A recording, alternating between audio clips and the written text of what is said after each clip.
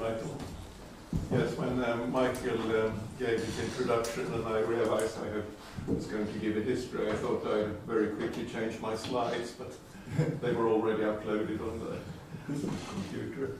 Anyway, I should first say that I'm standing in for Per Martin Lööf, who has had some health problems. He's actually in very good shape. We saw him in March and he was full of ideas, but he just explained that he wants to take it a little bit easy and not expose himself to too much stress. So he preferred not to give a lecture at this school. So when I was asked to stand in for him, it was actually to start with only a question of one lecture. So I thought what would be appropriate to do would be to, in one lecture, try to summarize Per Martin Lööf's legacy. Per Martin Lööf has done something very, very important, I think, for this field, probably for this school, the topic of this school. The important things that he did were sort of between 1968 and 86. I wouldn't say that he stopped doing important things in 1986, but there is a special reason why 1986 is the end here, because that's somehow when he completed and found the stable version of intuitionistic type theory, which has not changed ever since. After 1986, to some extent before 1986, the intuitionistic type theory has somehow been taken over by computer scientists, and it has been extended and programming languified. It has been category theorified. But the core is still there. It was created between those years, and this is what I'm going to explain to you today. It turns out that I was kindly given more than one lecture, and it's good from the point of view that today I will focus on the creation of this theory. It will be a little bit historical, but it's not sort of very much historical. I will not go into the details of history, but I still think that explaining how the theory evolved from its very modest beginnings is a way to explain what it's all about and what is important about it. During my next lecture, I will talk about Per Martin Lööf's meaning theory. It's something which is not so easy to speak about, but I will do my best. Much of what Per has done after 1986 is to explore this meaning theory. He has, both in talks and in papers, he has written about this extensively.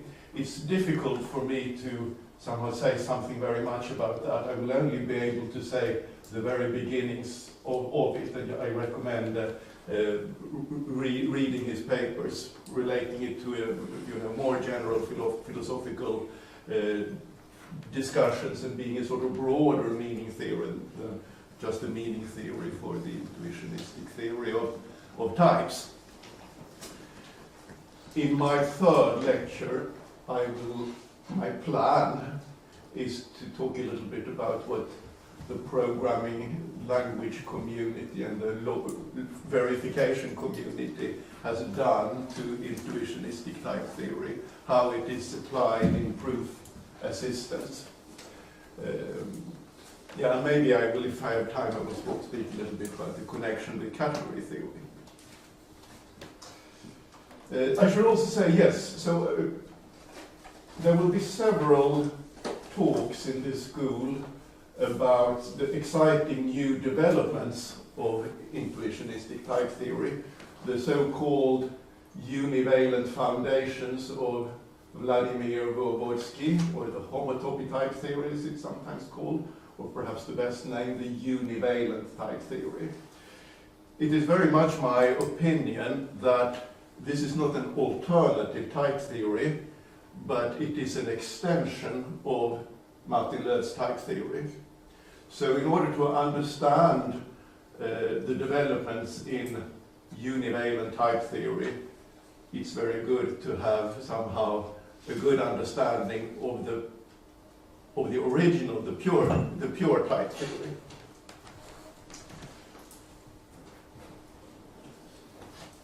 So I will begin with this historical slide.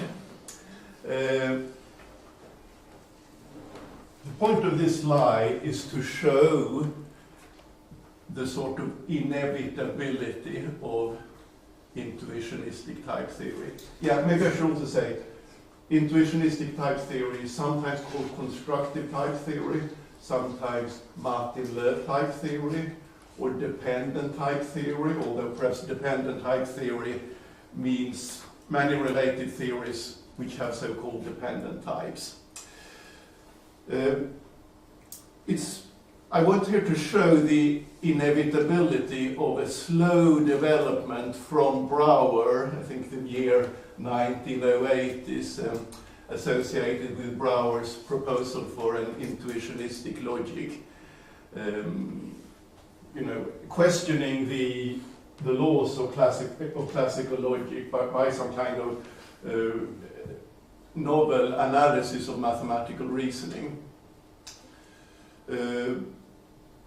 Together with him, I have put the names of Heiting and Kolmogorov. There is the concept of so-called BHK interpretation of logic. Heiting was Brouwer's student, and he tried to give some kind of foundation, or foundation for Brouwer's logic, and he formalized it in terms of a so-called calculus of intended constructions.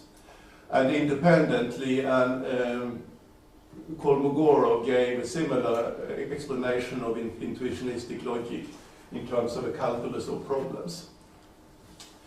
This was all rather somehow some kind of informal discussion of the foundations of mathematics. These ideas were somehow put into some kind of mathematical form by Kline, building his so-called realizability model, where to proofs in intuitionistic arithmetic or Heiting arithmetic, he associated numbers which were like proof objects, witnesses asserting the truth of a certain formula or proposition. 1968 is the year when, which is somehow, of course all these years are perhaps a little bit approximate, but I chose the year 1968 because in that year Howard told Per Martin Löw about the formulas as types idea. In the same year, Dana Scott presented a paper at some kind of conference of automatic deduction, also having the propositions as types idea in a talk or paper called Constructive Validity. At that time, already the Dutch mathematician de Bruijn had developed his automath system with a notion of dependent type, and also independently, Dybjer was working on his program for categorical logic, and in particular had developed a notion of model of predicate logic called hyperdoctrine, where in a sense we also have proof objects, and it's very closely related to these other theories. I think it's quite interesting to look at these kind of pre-intuitionistic type theories. Several remarks. Dybjer wanted to develop categorical logic. De Bruijn wanted to formalize mathematics. Howard and Scott wanted to understand the foundation of constructive reasoning.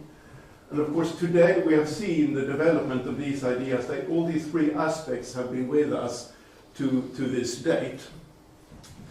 It is also very nice to read these old papers because it shows how non-obvious the development of the theory was. working a lot with intuitionistic type theory, one thinks that it's such a sort of obvious, well-rounded object that it has existed forever. But reading these old papers shows to what extent these very famous people struggled with the exact formulation of the theory. Yeah, by the way, I should say that just yesterday morning, before I went on my aeroplane, I looked in my mailbox, and there was a letter from Bill Howard. Wow, that was a surprise, but it wasn't so surprising because a little bit earlier I had written a letter to Bill Howard asking him to make some further comments on the genesis of formulas as types and why he did not continue this program and so on. But he hadn't answered, and I thought, well, I will probably not get an answer after all, he's 92. But I got an answer, and a very interesting answer, explaining more his discussions with Kreisel and Gödel, and how Kreisel had been sort of quite negative, and Gödel had he had asked Gödel, should I publish my little theory? And Gödel had told him, you should work it out. And he didn't. But he told Per Martin Löf about it, and what Per Martin Löf did was, so as to speak, to work it out. Martin Löf had a faulty attempt. In 1971, he wrote a paper about an inconsistent theory. He assumed that he had a type of all types, and this was proved inconsistent by Girard, so he had to abandon that. And instead, he developed what he calls a predicative version of intuitionistic type theory. The main contribution, the main extension, which made him get further than the previous people, was that he introduced the notion of a universe, which strengthened the theory significantly. He also proved a proof of normalization, so he had a consistency proof of the theory. And yeah, normalization and Church also proved. So this 1972 paper is a very nice paper. It was not published until 1997. These were different times from now, as you see. Next step I want to mention then is that Peter Axel, who is here, developed what we can call a realizability model of Martin Löf type theory, something quite analogous to what Kleene had done for intuitionistic logic. This is also important because it's something which one can think of as maybe the standard model.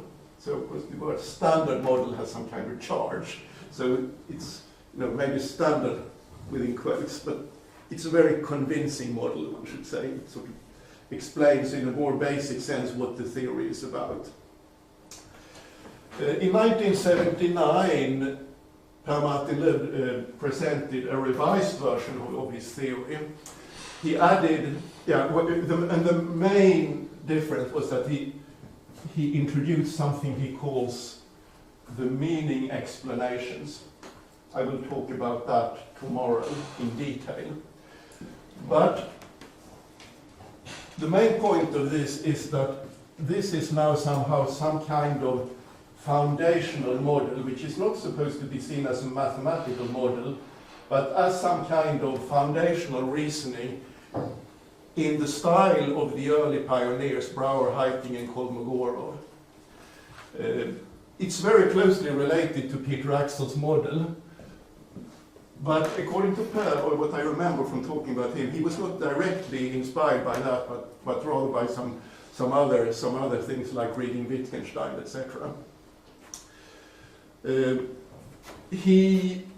Because the meaning explanations justified a stronger version of the theory, something which we usually call extensional intuitionistic type theory, although Per does not like this term, because he considered it, this version of the theory, an error.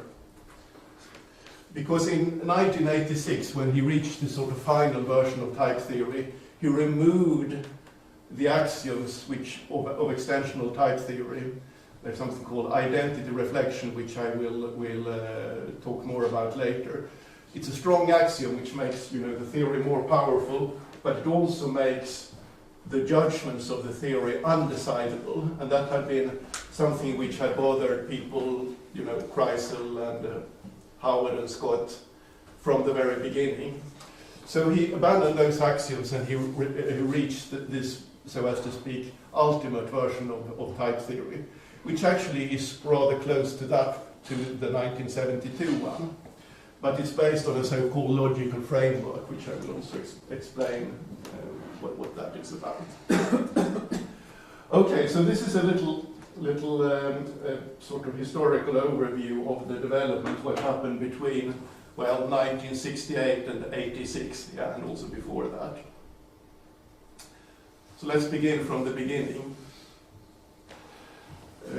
Formulas as types is said to have started with Curry, who noted that if you have some standard Hilbert-style axioms of implication, like A implies A implies B implies A, and A implies B implies C implies A implies C implies B implies C, they actually correspond precisely to types of the combinators. He was considered the identity combinator, the constant combinator, and the S combinator, usually in an untyped setting, but if they were given types, their types would be completely analogous. You see, you just replace the function space, function type arrow with the implication. Of course, this makes a lot of sense from the point of view of what intuitionistic logic is about, namely that the proof of an implication is a function.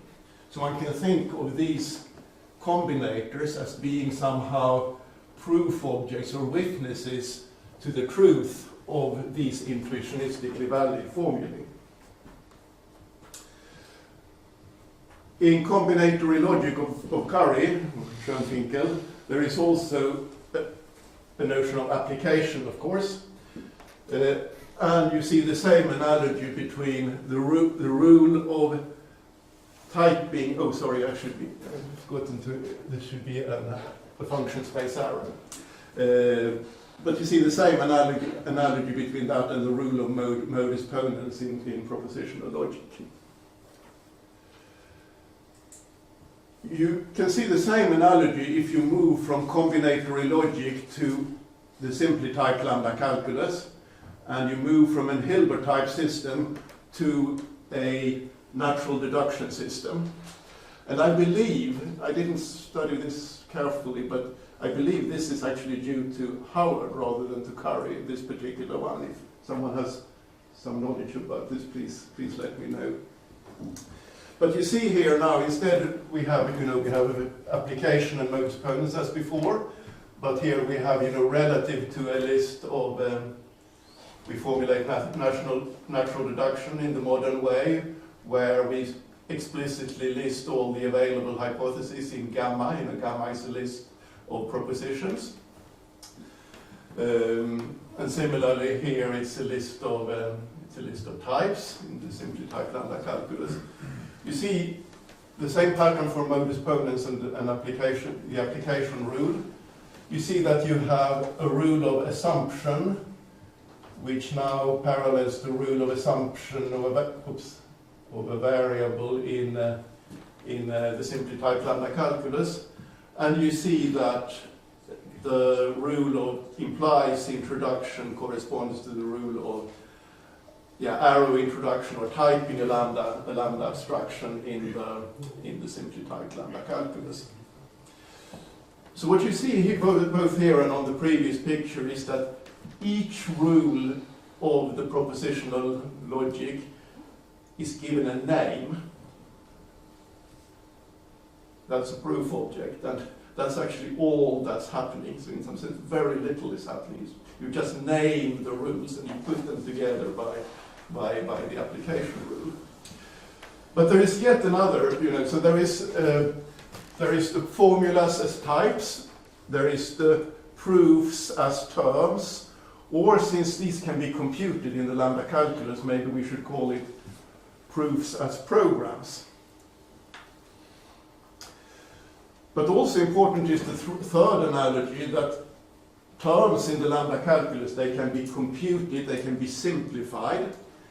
And this also happens to coincide with what other people have done with natural deduction, beginning with Jensen and continuing with Pravitz. The natural deduction, simplification of natural deduction proofs have been done. And the rules are completely analogous to the ones that were independently discovered in the context of the lambda calculus. So intuitionistic type theory is based on the Curry-Howard correspondence. In Per-Martin-Löf's system, it's not only a correspondence or an isomorphism, it's actually an identification. So when you use the system in order to prove implications, you build proofs of elements of function types. You can go on and do this for finite disjunctions and conjunctions. The disjunction corresponds to disjoint unions, the conjunction to Cartesian products. Falsity is empty type of proofs, and trivial truth corresponds to a one element type. So now we have a type, propositional logic gives rise to a type system with function types, Cartesian product types, and disjoint union types. If we now add a type of natural numbers, which perhaps does not come naturally from propositional logic, but we add rules for that. We say, that zero is a natural number. Natural numbers are closed under the successor. And we have a primitive recursion combinator. We can define functions from a natural number n, given that we have a base case, what the value is for 0, and what successor is defined in terms of the previous number. This function e is this sort of step function in it. Yeah, and you have these simplification rules for the recursion combinator R. What you then get is a famous system in logic, the Gödel system T. And actually Gödel system T is precisely the propositional part of Martin-Löf type theory, intuitionistic type theory, the first version of 1972. Yeah, modulo, whether you want to consider product and some types being part of your system T. And may I make one remark? In connecting this with the previous talk, it might be worth mentioning that Gödel's T was defined already in Hilbert's paper on infinity. Okay, yes, that's, I think I've heard that, yes, that's it. It's an amazing paper on infinity. It's both this Gödel's T and this sketch of the continuum hypothesis proof, both of which clearly influenced Gödel strongly. Thank you. Very, very good, yes. So that's a paper from, what was it, 1926, actually. 26, yes, which I go far back, yes. Gödel system T is a system which has been investigated a lot, but for our purposes, maybe two properties of it are worth somehow mentioning above others. It was proved by Tate in, I believe, 1967, that it's a strongly normalizing system. You can put that as a model construction. You can model the system as a model of normal forms. The term denotes its normal form. and the equality you have in the system will be identity of normal forms. It's also worthwhile noting what may seem very obvious, but nevertheless worth pointing out, that there is a meaning of the formulas in formulas and terms in system T, where simply A arrow B means the set of all set-theoretic functions from A arrow B, and the natural numbers means the natural numbers, and then you can define the meaning of the lambda terms in terms of set theory. What, of course, Howard is famous for is to introduce the notion of dependent type. You need, if you want to go on and do the Curry-Howard correspondence for predicate logic, you need to have types corresponding to predicate. Predicates are families of propositions. They become families of types or dependent types. And so I use this notation that B is a family of type indexed by X ranging over a type A. So it is interesting, I think, that dependent types seem to, I mean, Scott does actually not refer to Howard. He refers to de Bruijn, and he also refers to Lovier, actually, for some of his the rules. Maybe one comment about dependent types. You can also argue that Hilbert introduced them in the same paper. I must read this paper. Yes, dependent types. Yeah. That's, thank you. Yeah, I should definitely read this paper. Yeah, and when you have dependent type, you can now build the disjoint union of such a family of types, sigma xa in B, and where the canonical elements are pairs, where the first is an index, little a, and B is an element in that particular, in the family over that particular index. And you have the Cartesian product of a family of types, similarly, where the elements are functions that map element in the index set A to the appropriate instance B of X. So now you can interpret Heiting arithmetic in this dependent type theory. Let's just look at the very basic formula in Heiting arithmetic, the division theorem for all mn, where m is greater than 0. There is a q quotient and a remainder such that m times q plus r is equal to m. If we now translate the for all quantifier into the Cartesian product, the pi type, and the existential quantifier into the sigma type, and we build some dependent type for proofs of greater than statement, and we have a dependent type corresponding to the equality statement. And we see here that we naturally get a typed logic, so we have to quantify explicitly over the natural numbers here. Then we see that the proof of the division theorem is a function which takes m and n into and a proof that m is greater than 0. Yeah, so I have it down here. M, n, and a proof that m is greater than 0 into the quotient, the remainder, and the proof that this sum is really the case. So now, because this is written in some kind of lambda term, in some lambda calculus with some extra constructs, it's a functional program. It may be noted here that typically S here may be an element of a one-element type, and maybe P2. So actually P and S are not very useful. And there is a discipline within intuitionistic type theory about program extraction, where you try method to take where you have methods for removing these irrelevant parts. So let's look at the formal rules.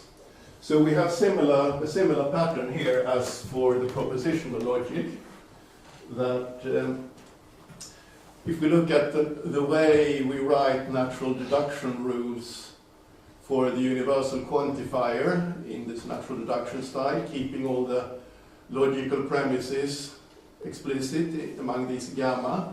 But here I also want to keep the allowed free variables explicit. So for example, we have a free variable little x and some other sequence of other free variables big X in B.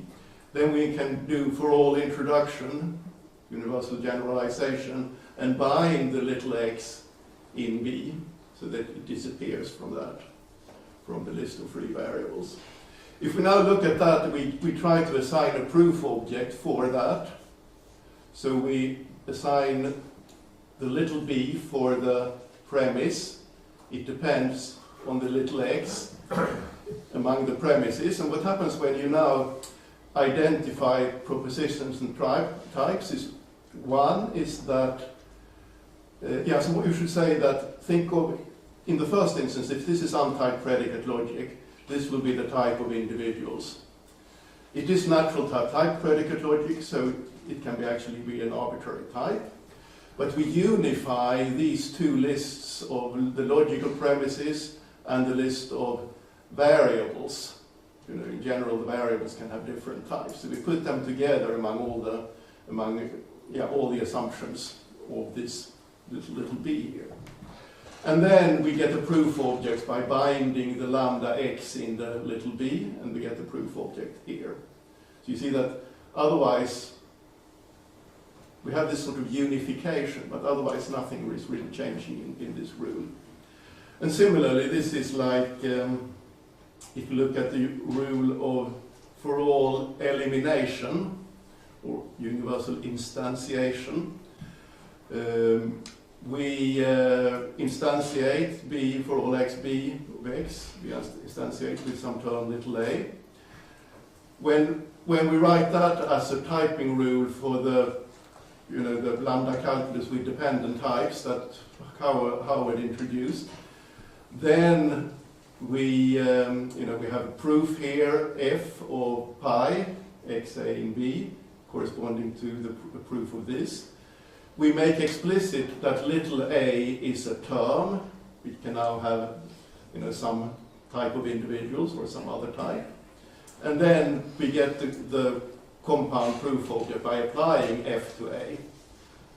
And we get the proof of the conclusion here.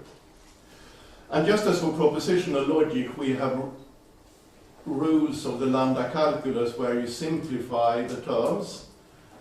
And as was investigated by Provitz, you have rules for simplifying such proof figures in a natural deduction, which is completely analogous to this rule of beta reduction.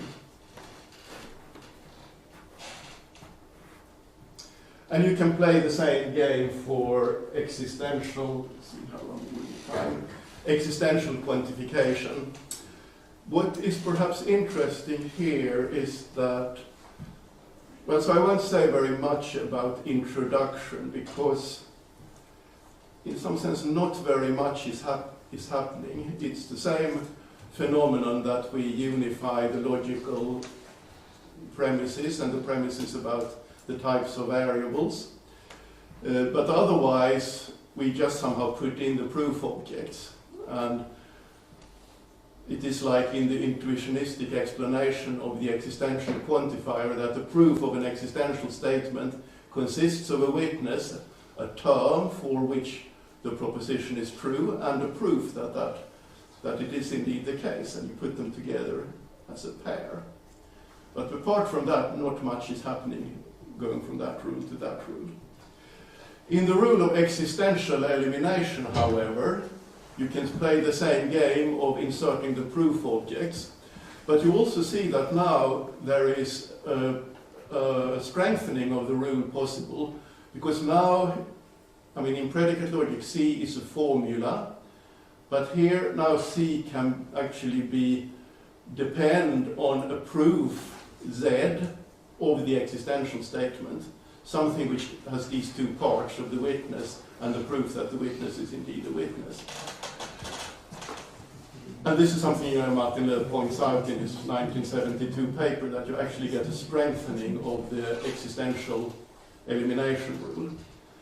And this is what he calls the proof object, the E, sometimes called the split or the let. But the main lesson of this story here is that propositions as types explain the laws of intuitionistic logic. They somehow say something very similar to what Brouwer, Heiting and Kolmogorov said, but with greater precision, because we now have formal proof objects.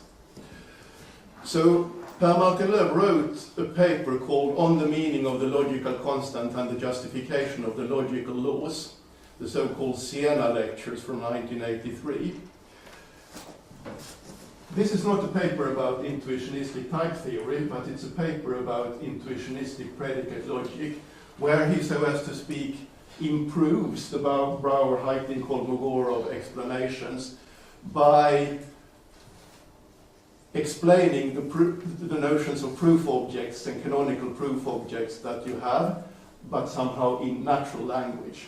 Because if you turn this natural language into formal language, you get intuitionistic type theory. And interestingly, there was a period between, roughly speaking, 1982 and 1986, when Per Martin Löf did not think that intuitionistic type theory was the foundational system, the best foundational system for intuitionistic mathematics, but constructive mathematics, but this predicate logic which you could use for interpreting intuitionistic type theory. And therefore it was important to somehow give that version of intuitionistic predicate logic a so-called meaning explanation, and that's what in this paper, it's the so-called Siena lectures. So now we have all propositions as type for the whole of predicate logic. You see, beautifully systematic. Now there isn't much left to get an intuitionistic theory of types from 1972. You add the type of natural numbers. Well, already Howard had that. But what Howard did not have, and Scott did not have either, was a type of small types, the so-called universe. What Howard had, and had trouble with, was an identity type. He had several different versions of the identity type, but he was the first one who was puzzled by the identity type. This puzzlement has then gone on for 50 years, eventually somehow being, if not resolved, but at least deepened by the univalent type theory. So it was maybe a masterstroke of Martin Löf to not have an identity type, but instead defining identity in terms of the universe. Yeah, so this is just the same rules as we have for Gödel system T, and the only thing I want to point out is that we have a strengthening of this rule too. In Gödel system T, we did not have any dependent types. We had only simple types, so we could not, they couldn't depend on free variables, but now they can. And what now happens is that the rule of n elimination, the typing rule for the recursion combinator in Gödel system T, it turns into a proof of the witness of the rule of mathematical induction. To prove for all n, C of n, you prove it for C of 0, and you prove it for C of successor of y, given that you know it for C of y. And also here there are proof simplification rules analogous to the ones that we had in system T. What is the universe? Well, the universe is a type of types. It is not the type of all types, it's the type of small types. So U itself is a large type. It's not allowed to be a member of itself. But all the other constructs that we have been considering, natural numbers, empty type, one-element types, binary sums, arbitrary products. Binary products can be defined in terms of the sigma, and binary arrow can be, independent function space can be defined in terms of the pi, so we don't have to have special rules for them. So U is closed under all those types.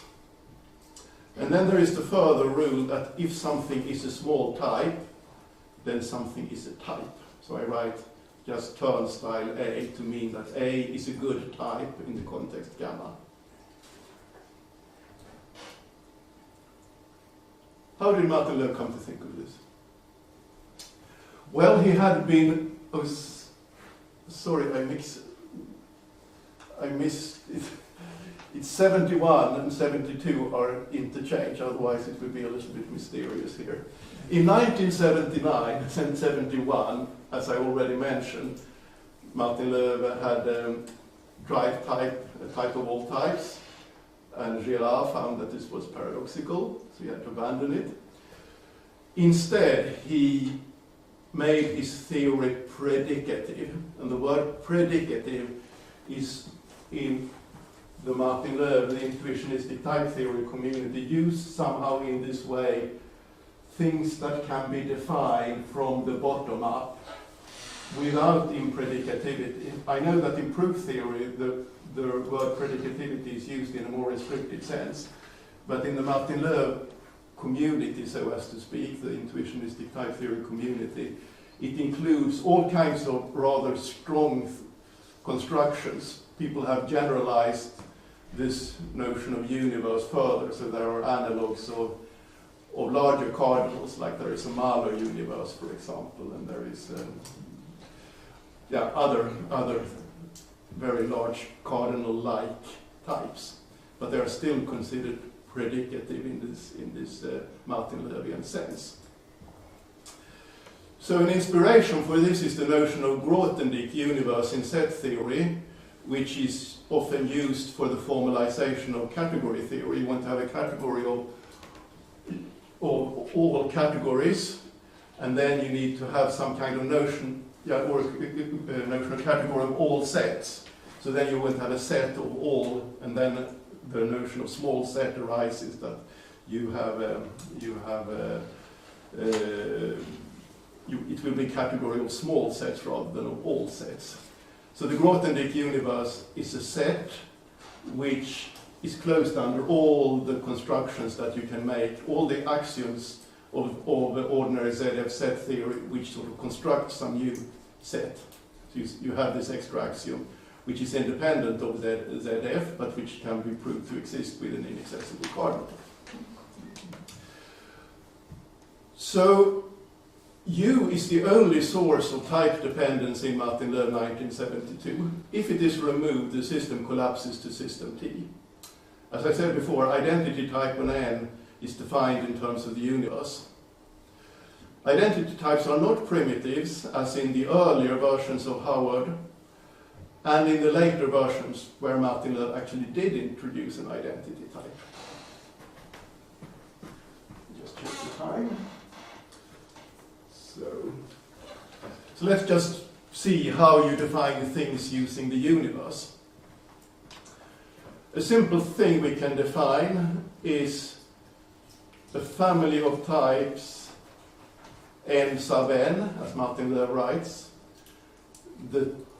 a type with n elements. So n of 0, you define this type by primitive recursion on the natural number. So n of 0 is the empty type. N of successor of n, then you add a new element to n of n. These are all small sets, small types. So we can use the rule of n elimination to build a type by recursion into the universe. The rule, so the type theory does not allow you directly to build a type in this way, only a small type. But then we have the rule saying that if it is a small type, then it's also a type. Another very basic example is the type of n tuples or vectors of elements in A, also defined by induction on n. A to the 0 is a one-element type, the type of the empty tuple, empty vector. A of successor of n is, a first element followed by n elements. And in the same way, you can define that with a recursion combinator, defining a small set. These are all small sets here. And then you can conclude that it's not only a small type, it's also a type.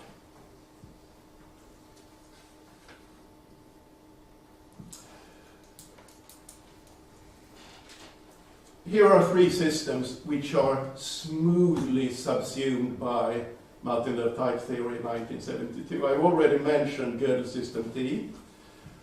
I have sort of mentioned that we can interpret Heiting arithmetic smoothly. One can even say that, and putting these together, we get Heiting arithmetic of higher type, the HA omega system. So these are all very somehow basic core systems of intuitionistic logic. They interpret into Martin-Löf type theory in a smooth way. So although you can feel that these are very simple systems, Martin-Löf intuitionistic type theory is somehow better because it explains them.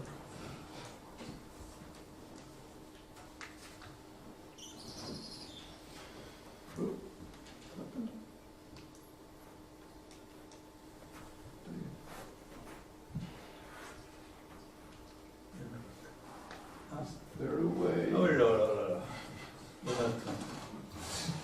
What is the problem here? Is there a Click on the side. Sorry? Can't you just, if you look what, just, Ah.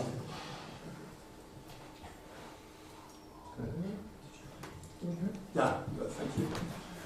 Yes, so I should just show how you interpret Heiting arithmetic. So you can define the identity of natural numbers as a function by primitive recursion in both arguments. It's of course not allowed according to the recursion combinator. The recursion combinator can only do induction in one argument at a time. So you cannot just kind of write this as one application of the recursion combinator. You have to do it twice. You basically have to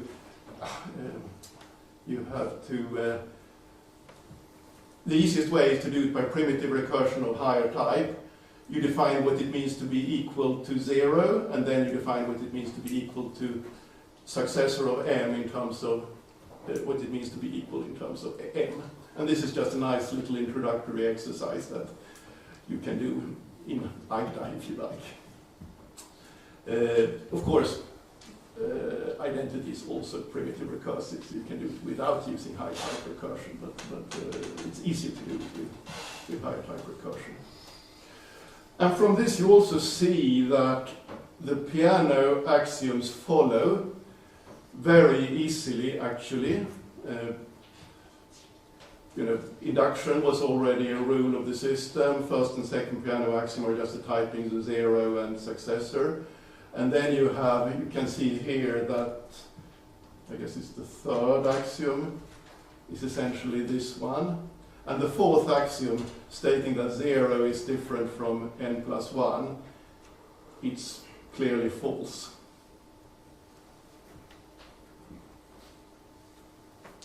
So another interesting thing is that a version of the axiom of choice is valid in intuitionistic type theory, and as people before Martin-Löf remarked, this is just a consequence of the Brouwer-Heiting-Kolmogorov interpretation. So if you have that for all x there exists a y such that some property holds, then intuitionistically this is a function, call it g, which maps an x to a pair, a y and a z, say.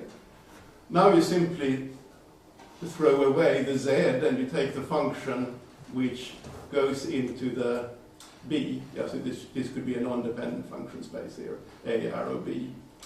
So you get the function, and you also get, by taking that x to the second component, a proof that it has the required property. And as a lambda term, it's says like this: it takes the G, which returns the pair, and it returns two functions, one which takes the first component of G to the argument X, and one returns the second argument. So of course this has created a lot of puzzling. There was even a post on the Constructive News mailing list just a few days ago where they discussed this. Martin Löw's own analysis is that yes, this is true by just the meaning of intuitionistic quantifiers, but there is something which is not valid, the so-called extensional axiom of choice. That, what Martin Löw means by that is that if A is not a type, but a type together with an equivalence relation, and similarly for B, what has become to be called setoid, a type with an equivalence relation, then there is, of course, no reason whatsoever that the fact that we have a proof or an underlying function from A to B, that this should preserve the equalities, the equivalence relation on A and B. And he associates that to the fact that the so-called extensional axiom of choice is the kind of type theoretic explanation for why the axiom of choice is usually not considered to be constructively valid.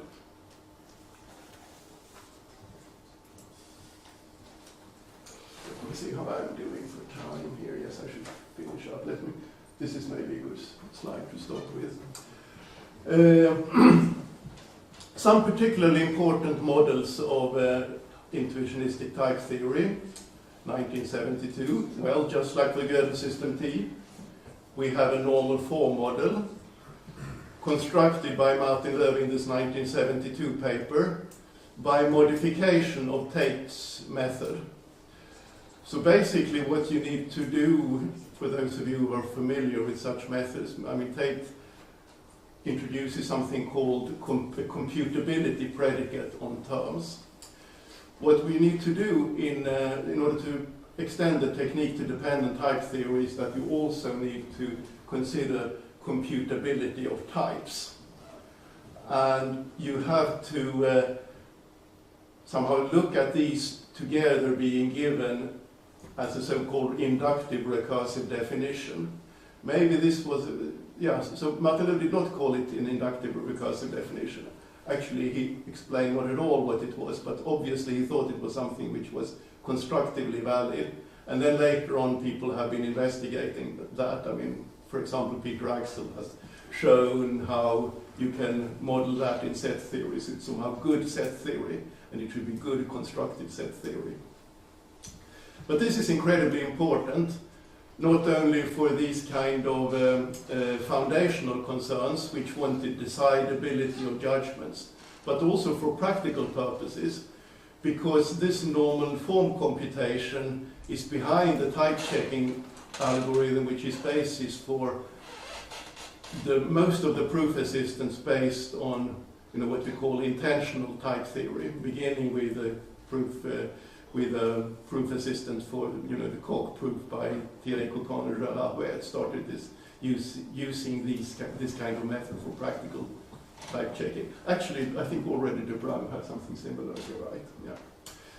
But not Newpel. So you will hear about Newpel next week by Bob Constable, who used the so-called extensional type theory. Another good thing about this theory is that it also has a model in set, where the Cartesian product is just a set theoretic Cartesian product of a family of type consisting of functions mapping x in A to the corresponding B of x. And then you can interpret the universe as a Grothendieck universe.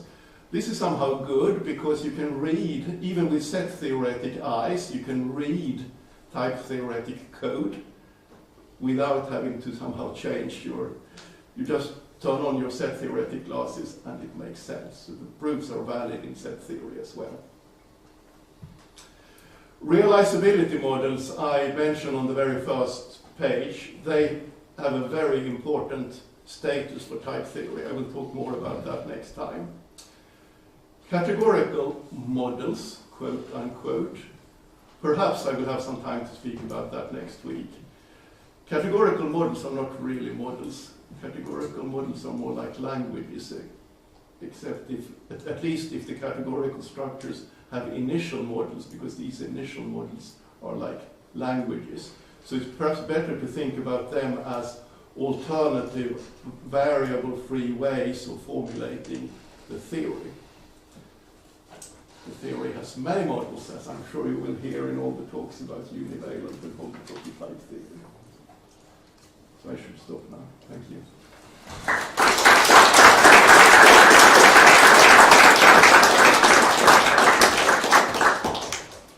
Yeah, thank you for your talk.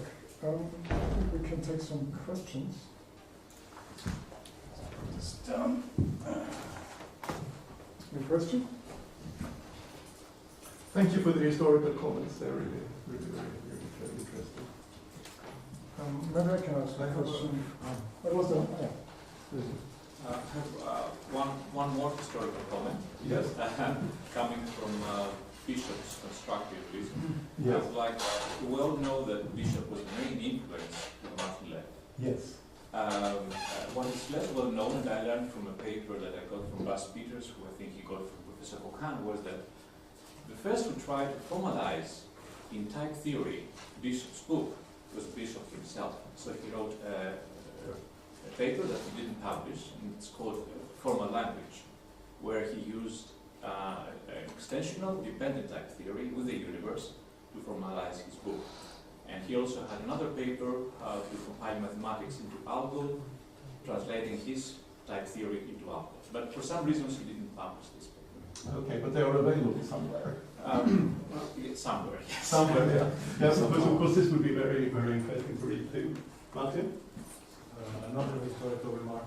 So in the paper by Howard, he actually has two ways of interpreting existential quantification. And one is sigma, the other one people don't discuss often. Which one is it? Will you discuss it? It may be related to the way that univalent theory interprets the existential quantification. But it's very brief, and so it's difficult to actually say precisely what he had in mind. But he does discuss the two possibilities. Yeah, thank you. Yes. More historical remarks? Maybe one question about the if you add a universe, following the pattern of the other type constructors, you would expect maybe to see an elimination rule. I think Per was always kind of against it, or hesitant to accept an elimination rule for the universe. But basically, you would have an induction principle for the universe. Do you have any? Well, since we are into historical remarks, in the paper in 1972, it's actually mentioned the possibility of having such a rule, but he says that it would be unnatural because we want to keep the universe open to new constructions.